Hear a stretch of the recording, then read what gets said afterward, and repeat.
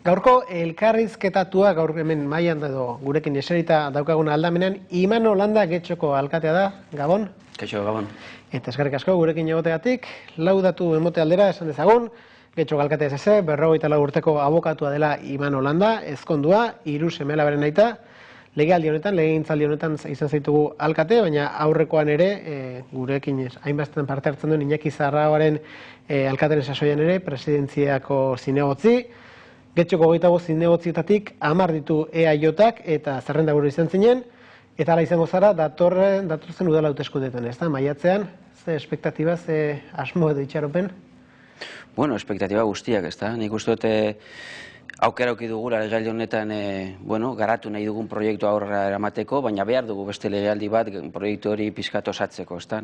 Argi ikusten da herrian nolabait horretan sartutako gula, leku gaztetik bestera, alde batetik badaukagu Andramariko alde horretan badaukagu metroren lurperatze obra horiek, beste aldetan daukagu eta aldatuen ditugu paseleko guztietan, aretan badeku ere obrak Eduardo Koste kalean, zentro teknologikoa ere Zugatxarte aldean, Gobela ibaiaren obrak ere egin beharrekoa dira eta egiten ari dira, Getxo Antzokia, Romoko kultur etzea, badauzkago gara proiektu pila bat, eta beraz nik esango nuke transizioan gaudela, proiektua, transformazio proiektu hau martxan jarri dugula, baina behar dugu beste legealdi bat proiektua osatzeko eta aurrera eramateko. Azken batean nahi duguna da, nolabait Getxo, nolabait 21. mende honetan kokatu, ez dugu astu behar azken batean Bizkaiko 3. hiria gerala, ezta? 82.000 biztanlekoarekin, eta Getxok behar dituen infrastrukturak, ekipamentuak eta zerbitzuak 21. mende honetan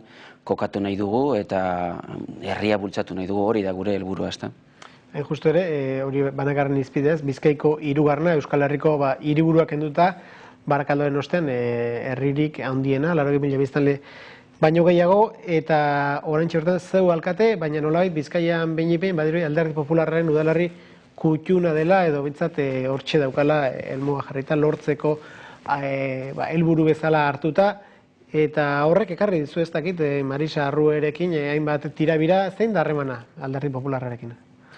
Bueno, ni legealdia hasi zenean, argi eta garbi esan nuen, nolabait udalerriko politikan krispazio alde batera utzi nahi nuela. Eta hortan ahalegin du naiz legealdi guztian zehar.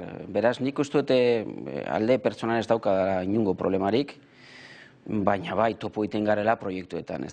Marisa Arruek badarama 20 urte alkateza izan nahi horrekin, eta bere proiektuan nik uste dut ez dela proiekturik hoberenak inundik ere Getxorentzako. Nik uste dut oso proiektu inmobilistatzerakoia, eta nolabait berak daukan hiri eredua ez dela gure hiri eredua, nahi duela, nik uste dut argi eta garbi ikusten dela Paloiteko hiri bat nahi duela, Ciudad Dormitorio ditzen da gazteleraz, guk aldiz argi eta garbi, apustu garbia jarri dugu legealdi honetan mahai gainean, eta ikusten da, bultzatu ditugun proiektuak ikusita ez da aztertuta, nahi dugu herri bizi bat, herri dinamiko bat, gure leloa Getxo bizizazu da, nahi dugu Getxo dinamizatu, bizi hori, bizitasun hori sartu, bai alde edo esparro ekonomikoan, kulturalean, kirolaren arloan, zerbitzu sozialetan, nahi dugu herria nolabait dinamizatu, eta herria nolabait auzokideen beharrei erantzun egoki bat emateko prestatu. Eta 21. mendean kokatu. Nik uste dut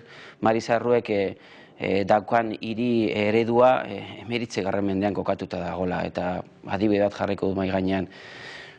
Ezetz borobila eman du Getxo Antzokiari, eman zuen Gobela kiroldegiari, ezetz borobila planteatzen eta garatzen ari garen parken ereduari. Nik planteatzen dudan parke eredua da guztientzako parke bat, baita ere gazteentzako, nerabentzako entzuzen ere. Horretarako jartzen ari gera jolasgune nerabentzako ere, kirolarekin lotuta, eta adibidez berak ezetza borobila ematen du zergatik. Nahi duelako hori oso herri, nolabait, herri lotan dagoen herri bat eratu, ez da gure proiektua, ez da. Atzerakoia hitza aipatu kontserbadore, adibidez, Marisa Arruek argi eta garbi esan du ez duela homosexualen arteko ezkontzak onartzen.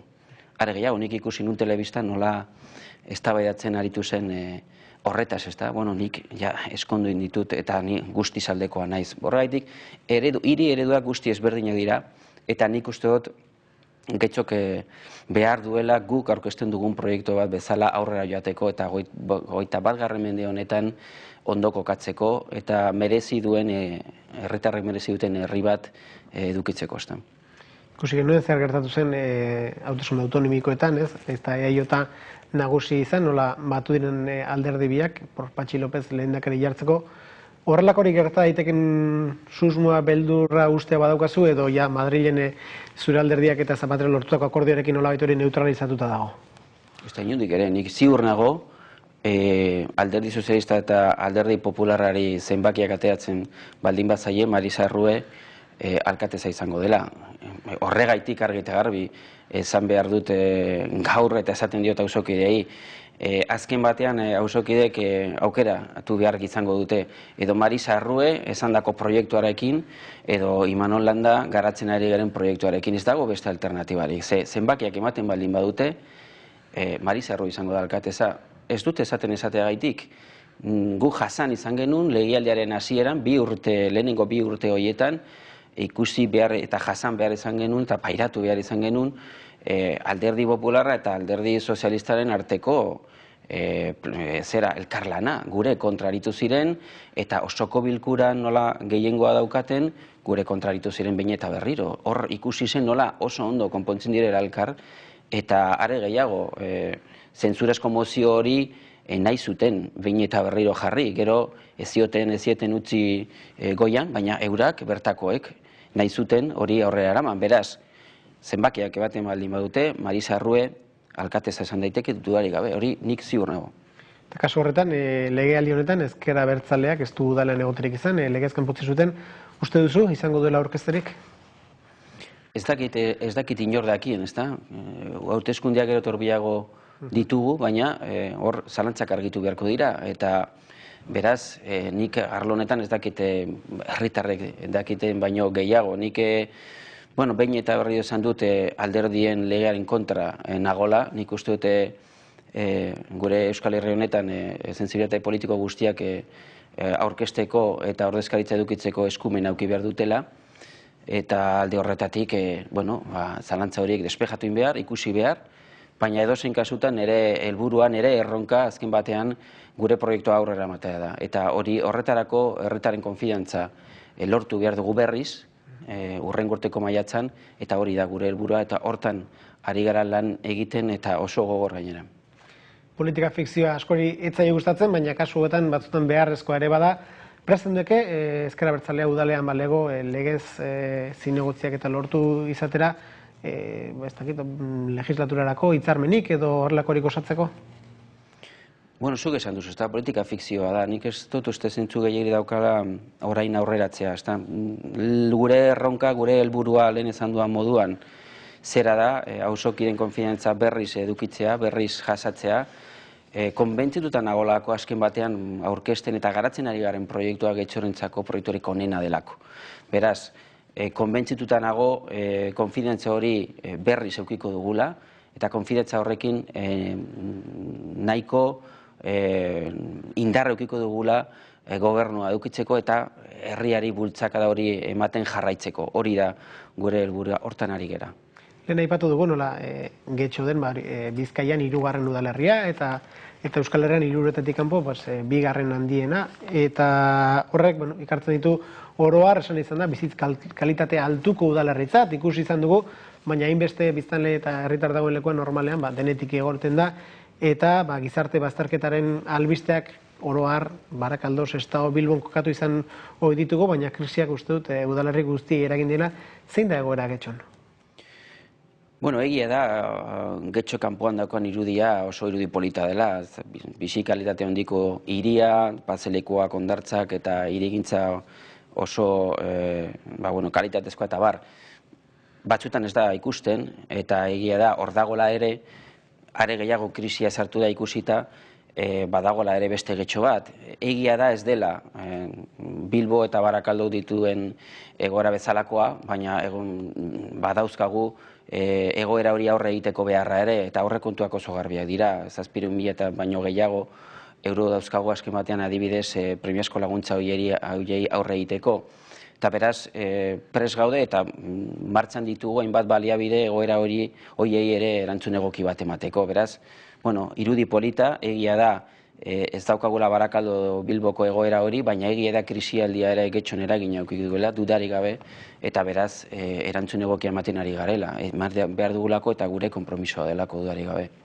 Eta justu ere pentsatzen du behar bada, nolabait krisiak eta gizarte bazterketa gehiago eragin dien udalerri horietaz ari zela Iñaki Azkona duela gutxi esan zuenean edo salatu zuenean Bizkaiko hainbat udalerrik eta udalerri handienez ari zen ez zeukatela etxegabentzako aterpetxerik eta nolabait behartuta daudela edo zaudetela udalerri handiak horrelakoak izatera ondorioz hori gertatzen ez bada Bilbora doazelako edo nola hartu zen dituen hitz horiek? Nik argi eta garbi esan behar dut, hori ez dela gure kasua, guk ez ditugula inundik ere horrelako egoeratan dauden pertsonak Bilbora bidaltzen. Horrelako egoera baten aurrean aurkitzen garenean guk erantzun egoki bat ematen diogu. Eta erantzuna ematen diogu udalerrian, ez dugu inora bidaltzen. Egia da, segurazki ez daukagula Barakaldon edo beste herri batzutan daukaguna hainbat kasu, baina dauzkagunei erantzun egokia ematen diogu. Are gehiago, adibide bat jarriko mahai gainean. Hitzarmen bat sinatuta dekogu Portu Zaharran dauden moja batzuekin, eurak badaukate jantoki sozial bat, eta hitzarmena sinatu dugu legealdi honetan, nahi dugulako laguntza eman, baliabideen aldetik, diru laguntzaren bitartez, jantoki hori bultzatzeko. Herrian badaukagu ere jantoki horren beharrak dituzten pertsonak. Orduan, eurekin hitzarmena sinatu dugu, baliabide gehiago eduki dezaten, erantzun egokia emateko, eta beraz, herrian, dauzkagun egoera horiei erantzun egoki bat emateko, baina herrian. Eta gero, Loiteko eta bar, topatzen baldin badu horrelako pertsonak, Loiteko lekurik ez baldin badaukaten pertsonak, baliabidea jartzen ditugu, pentsio bat kontratatuz edo beste irtenbide bat ematez. Baina ez dugu inoiz Bilbora bidaltzen, hori ez da gure kasua. Guk gure herritarrei, gure auzokideei erantzun egokia ematen diogu eta emateko konpromisoa hartzen dugu dudarik gabe. Ez daukagu inongo problemarik erantzuna emateko eta ez dugu inora bidaltzen. Momentu baten aipatu dugu Bilboko alkatea eta badakit alderdi berean zaudetela, baina batzurentzat iaia bi mutur edo izan litezke zuen kasuan, gu dauzkagun datuen arabera Euskara zerbitzu bat badaukazue eta Euskal Herrian edo handien edo bigarren handien omen da partida aldetik eta Bilboko kasuan ikusi genuen Behatokiako Kranzpana goindako ikerketan Gasteizen atzetik ere kokatzen zuena. Alderdian horretarako askatzuna dago edo sensibilitate falta da edo nondik nora? Ni ziur nago Bilbok ere Euskararen alde lan egiten duela, baina Getxoren kasuan guk oso argi deko. Egia da, guretzako Euskararen aldeko apostua oso garbia dela, eta apostu hori aurrekontuetan ikusten dela garbi. Ia 2 milioi euro ditugu urtero, jartzen ditugu urtero, gure Euskararen aldeko politikak aurrera eramateko. Pentsa ezagun, Getxon daukagun Euskaldunen masa kritikoa nahiko potentea dela, biztanlegoaren 29% bat azken datuen arabera, Euskalduna dira, baina are gehiago, ia Euskaldunak, hau da, Euskara ulertzen, baina hitz egiteari ausartzen ez diren kopurua 27%an kokatzen da. Beraz, bi datu horiek batu egiten baldin badituzu, Euskaldun eta ia Euskaldunen artean, Euskaldunak ez diren baino gehiago dira. Beraz, masa kritiko hori ikusita, gure helburuak oso garbiak dira. Nahi dugu, masa kritiko hori pixka bat dinamizatzea eta Euskararen erabilpena sustatzea.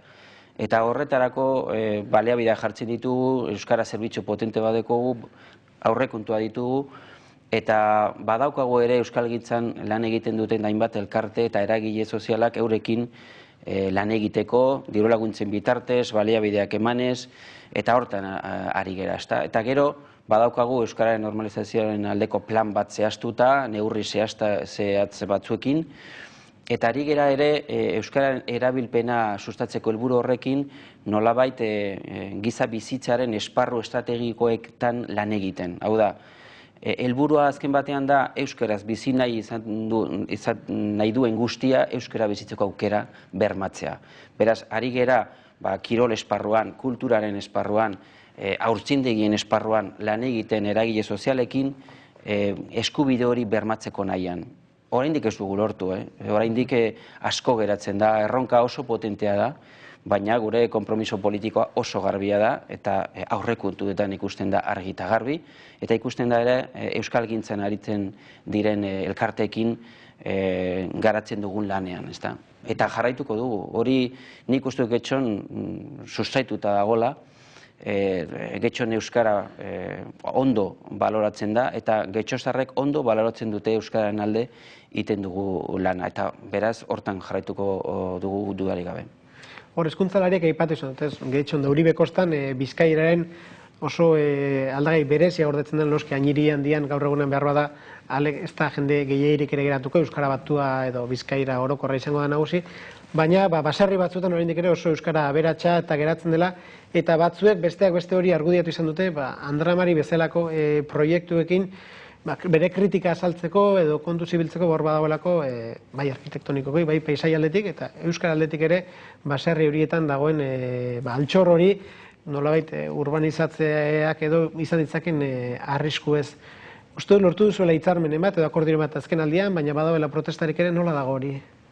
Bueno, horre zabaldu izan dago hor bat aurreko legealdian 8.000 etxebizitza eraikuntzeko proiektu horren kontra, eta, bueno, sartu nintzen behizan pronto nire lehenengo erabakiren bat izan zen azken batean proiektu hori bertan bera ustea.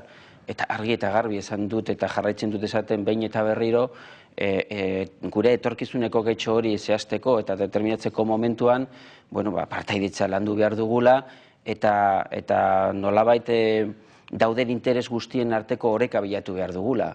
Eta hortan ari gera, oraindik prozesua hasi bakarrik ez da egin, beharko dutu hainbat urte prozesu hori aurre egiteko eta azken batean nolabait konsensu bat bilatzeko helburu horrekin, ze azken batean etorkizuneko Getxotaz hitz egiten ari gara, ez da oso gauza garrantzitsua da, eta hortan konsensua bilatu behar, etxebizitzaren beharraren interesa hor dago, gazteak joaten egiten zaizkigu, eta herrian geratzeko ere erantzun bat eman beharko diogu, ezta? Bueno, interes eta zera, faktore guzti horiek kontutan hartu behar dira, oreka bilatu, eta guztion artean konsensuz bilatu zer nora nahi dugu bideratu Getxo eta ze etorkizuneko Getxo nahi dugu, hori da gauza ba. Eta noski, euskararen gauza horretan, ari gera lantzen ere euskara gure ondare linguistikoa. Ari gera gure azpi euskalki hori pizka bat zaintzen, ari gera azterketak egiten, grabazioak egiten, nik uste altxor badekogula hortan. Eta etorkizunean hori zaindu behar du, landu behar dugu, sustatu behar dugu mantentzeko. Azken batean gure herriko harima da, nolabait esateko. Beraz, baina nik nuke inundik ere kontrajarriko nolabait modernitatea euskararekin. Nik uste euskara lotzea bakarrik baserriekin, nik ez dut uste lotura egokia denik.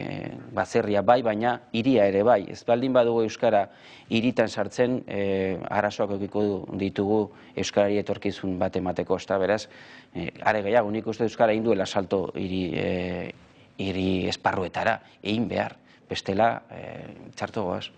Eta hirira ez globosferara eta internetera, eta horretan zu izan zara, dudarik gabe, garrantzi berezia eman diozu, alkate guztiak oraintxe ikusten ditugu prentxaurreko eta inaugurazioetan, baina zu lehealdi osoa behintzat hori ez dizinok esango, ez zarenik ibili ez dakit egunero, baina sarri behintzat hor blogean jotazu. Bai, badaukat konpromiso bat nire hartutako konpromiso nolait egunero edo ez baldin bada egunero astero beste post berri bat jartzeko, ezta. 2006an hasi nintzen, ze beti esate politikari esaten digute, orain hauteskundeak hurbil daudela, orain zabaltzen duzu blog bat, eta oso irudi polita ematen duzu, ezta. Ez da nire kasua, 2006tik hasi nintzen zinegotxean nintzelarik zabaldu nuen ere bloga, gero alkatetzara ailegatu eta jarraitu indut, ezta. Eta gustatzen zait, pixkate nik esaten dut adiktoa bihurtu naizela, behar ditudala postak jarri, azken batean auzokide izudetako beste lehio badelako, eta lehio honen bitartez ere komunikazioa pixkat areagotu egiten duzu, partaidetza sustatu egiten duzu, eta horretarako daukan tresna baliogarri bat bezala erabiltzen dut, baina batzuk esaten dute, bueno, orain teknologia berriak direla eta hori aprobetxatu inber, bai aprobetxatu inber da, baina azken batean nik uste dukina dela importanteena, ezta? Aurreko astean adibidez, egon nintzen batzartuta Bilamonteko auzokideekin. Pertsonalki, 40-45 auzokide hurbildu ziren Algortako kulturetxera eta eurekin egon nintzen 2 ordu, aurrez, aurpegiz, euren iradukizuna jasotzen, kexak, proposamenak, niretzako hori oso baliogarria da. Gero, despatxora noala, badaukat beste lehiotxo bat, blogaren bitartez, komunikazio eta partaidetza hori lantzeko. Eta hortan nago, bai euskeraz, bai gazteleraz, eta, bueno, komentarioak ailegatzen zaizkit, eta komentarioen arabera iten ditu nire irakurketak. Niretzako ere, pixkat, sondeo moduan ere importantea da. Egia da lehioa, oraindik ere, eta getxon interneta eta sare sozialak nahiko sartuta dauden arren, baina oraindik nik uste dut horrelako lehiotxoak txikiak direla, baina joan behar dugula bide hori ere lantzen, batez ere auzokidentzako oso erraza delako, ordenagailuan sartu, eta alkateari iradokizuna kexak edo bidaltzeko bidea. Erreza baldin bada, landu egin behar da, errestu egin behar da, eta hortan gaude ezten.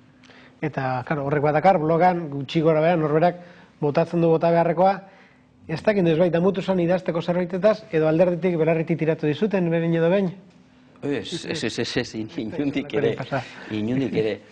Bueno, egia da, bloga zabaldu nuenean, orduan zinigotzean nintzen, eta orduan, alkatetxara llegatu nintzenean, ez da gauza bera, alkatea izatea edo zinigotzi izatea, eta batean, neukan horrela atzera botatzeko tentazioa, egia da, azken batean jartzen dozula sarean, zeure iritziak eta zeure konpromisoak, eta, bueno, pixkat bildurtzeko gauza zela, baina gero bildurra galdu indiot. Eta nik uste dut azken batean,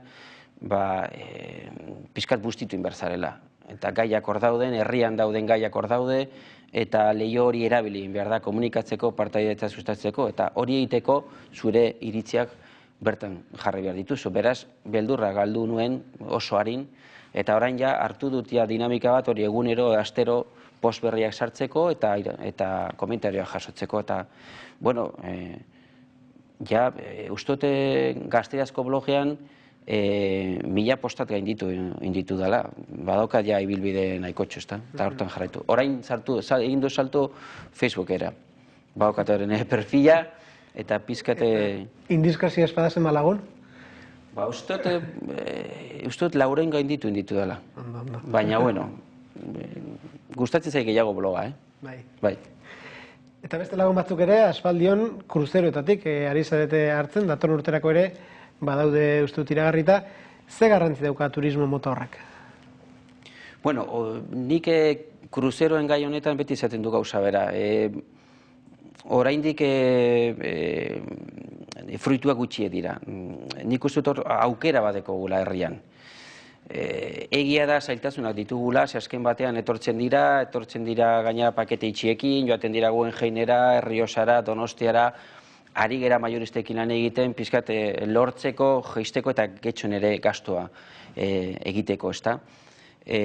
Hortan ari gera lan egiten, eta orain zabaldu inda beste euskara berri bat, ze azken batean getxoko kai hori ez da bakarrik, ez ditu bakarrik kruzeroak onartuko, baizik eta hemendik ere irtengo dira kruzeroak. Hori oso jauzi kualitatibo importantea da, zergaitik, kruzeroan enbarkatzeko etortzen direlako beti egun bat edo bi aurretik. Eta etortzen dira hurbil dauden lekutara noski. Hor badaukagu aukera berri bat, oportunitate berri bat, gure hoteletara etortzeko, gure jatetxeetan gasto egiteko edo gure komertzioetan ere gasto egiteko, ezta? Eta hortan ari gera portu autonomoarekin lan egiten, Aldundiarekin eta Jaurlaritzarekin. Aukera hori aprobetxatzeko bide horretan.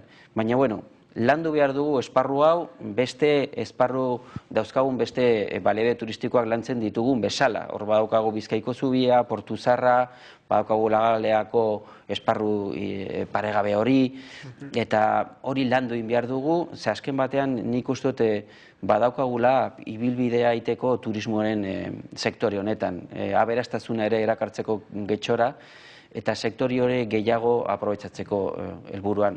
nik uste turismoaren sektore hori Euskal Herri mailan, baina Getxon konkretuki orain dela gutxi ari dela pixka bat sustatzen eta jarraitu behar dugula bide horretatik. Ze gure jarduera ekonomikoa diversifikatu egin behar dugu. Badaukagu komertzio potente bat, orain ari gera pixka bat inbertsio potenteak erakartzen, hori da azken batean Bizkaitik proiektuaren zentro teknologikoa, Hortzugat sartzen kokatu ingo dena, zentro teknologikoaren eraikuntzaia egiten ari da. Ordekugu ere aretan kokatuko den enpresa berriak sortzeko gune berezi bat, Aldundiak egiten ari dena gurekin, eta ordekugu ere Getxo antzokia. Ez dugu ahaztu behar, azken batean kultura ere, jarduera eta dinamismoa ekonomikoa sortarazteko traktorio oso importantea dela, ezta? Horregaitik lehen, hiri eredutaz hitz egiten nuenean, nik Getxorentzako nahi dudan eta sustatzen eta bultzatzen nahi zen hiri eredu horretan jarduera ekonomikoa bultzatzea eta sustatzea derrigorrezkoa da. Ezin dugu bakarrik, ezin dugu pixkat geratu herri dormitorio batetan. Eduki behar dugu jarduera ekonomiko potentua, bizitasuna edukitzeko, lanpostuak sortarazteko eta aberastasuna sortarazteko Getxon. Ez egoteko lanpostura joateko kotxe hartuz, edo metro hartuz Bilbora joateko, Zamora joateko, ez ea ber Getxon ere lortzen dugun jarduera ekonomiko horren bitartez lanpostu hau gehiago sortzea. Aipatu dituzu emat proiektu eta gero behar bada ez Getxon bakarrik, udalerri gehienetan uste dut daukagun galdera da, hauteskundeak baino lehen derrigorrezko da inbeste obra egotea? Bueno, ez da Getxoren kasua, Ez da Getxoren kasua. Getxoren ere izango da, kontatu du Getxostarren batek ere, eta beste udalarri eta antzera gaudela. Esaten dut ez dela, Getxoren kasua, niretzako zorionez, badaramatzagu urteak ja herria obretan zabalik dekogula, ez da lehen aipatu dut. Ez da gaur nolabait egazkinez pasatzen baldin bazara Getxotik ikusi dezakezu herria zabaldu dugula, ez da lehen esan dut. Andramariko auzoan, Getxo Andramariko auzoan metro lurperatzeko obra izugarri potentea da eta pilpilean dago, Getxo antzokia Algortako erdigune horretan, Gobela ibaiaren obra badaukagu ere horre zabalik eta jarraituko du zorionez hurrengo urtean, Romoko kulturetzea hurrengo urtean hasiko da, Eduardo Koste Zabali dekogu, zentro teknologikoa zuezarten, paselekuak berriztu ditugu, plazak ere berrizten ari gera, parkeak ere, piso tutelatuak zabaltzen ari gera Algortako erdigunean, Zabala ikastetxearen alboan, baina ez orain hauteskundeak datozelako, ez badaramaguia proiektu hau, transformazio, modernizazio proiektu hau bultzatzen, legealdia hasi zenetik. Andramari ere badaukagu zentro digital bat orain eraikitzen ari dira lantegi batuarekin, orain hasiko gara ere mobilitate zentro bat mausekin eraikitzen Zubietako esparru horretan. Transformazio proiektu bat hasi dugu, baina legealdi hasi zenetik, eta lehen esan duan moduan, beste legealdi bat gutxienez nahi behar dugu transformazio prozesu hori amaitzeko. Dena daukagu zabale, trantzizioan gaude.